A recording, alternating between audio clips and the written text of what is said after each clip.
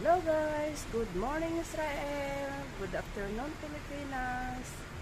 Ayan, napakalamig na umaga. Umuulan dito guys sa amin. Ayan. Ang lakas ng hangin at ang lakas ng ulan.